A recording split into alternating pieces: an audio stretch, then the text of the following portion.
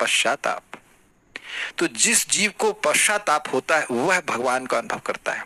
क्या पश्चाताप? कि हे कृष्ण, अनादि काल से कितने जन्म बीत गए, मैंने आपकी शरण नहीं ग्रहण करी, शरण छोड़ दीजिए, आपकी तरफ देखा तक नहीं।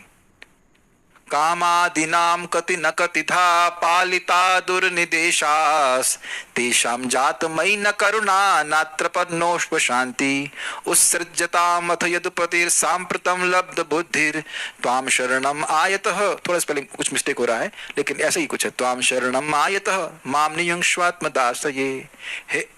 काम आदि की मैंने जन्म जन्मांतर श्री कृष्ण कितनी सेवा करी। कामादि नाम, काम क्रोध आदि, कामादि नाम कतिना कथित कतिधा पालिता दुर्निदेशात, इनका पालन किया, इनकी दुर्निदेश का पालन किया, लेकिन वो लोग संतुष्ट कहते ना। तेषाम जात मई न करुणा न कृपा अनोप शांति, उनको मुझ पे कोई करुणा नहीं हुई।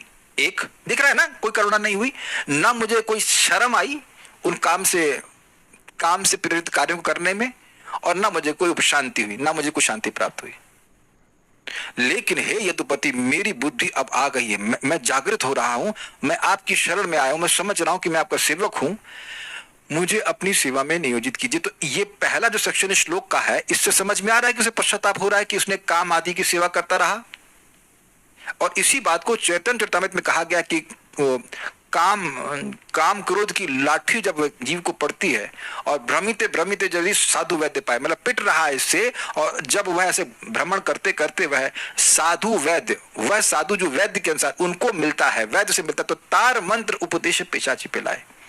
उनके उपदेश से, उनके द्वारा किए गए मंत्र के द्वारा व्यक्ति की पिशाची भागती है और वो कृष्ण के चरणों में जाता है, कृष्ण पास से जाए, ऐसे कर श्लोक, कृष्ण मतलब कृष्ण के पास वो पहुंच जाता है। तो आप समझ रहे हैं कि पिटाई क्यों जरूरी है। तो कोई भक्त पूछ रहे थे, मतलब बेसिकली करना में को बोल रहे थे कि भगवान क्रूर है क्या जो जीव को दुख दे रहे हैं। देखिए, क्रूर नहीं है, लेकिन जब तक जीव पिटेगा नहीं उसको समझ नहीं है। हर किसी को एक हादसे की जरूरत होती है। I am fully agree with you काले कृष्ण प्रभु। अब हम अग्री कर रहे हैं पूरी तरफ से कि सुन करके लोग नहीं समझते, वो पिटना जरूरी है।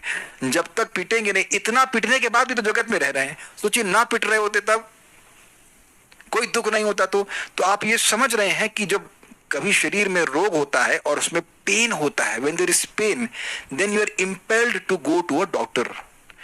ये सबको समझ में आया बात? सबको समझ में आ रहा नहीं बात? जब शरीर में कोई रोग होता है, उससे दर्द होता है, कुछ असुविधा होती है, तो वो हमको प्रेरित करती है डॉक्टर के पास जाने के लिए, तो हम ठीक होते हैं।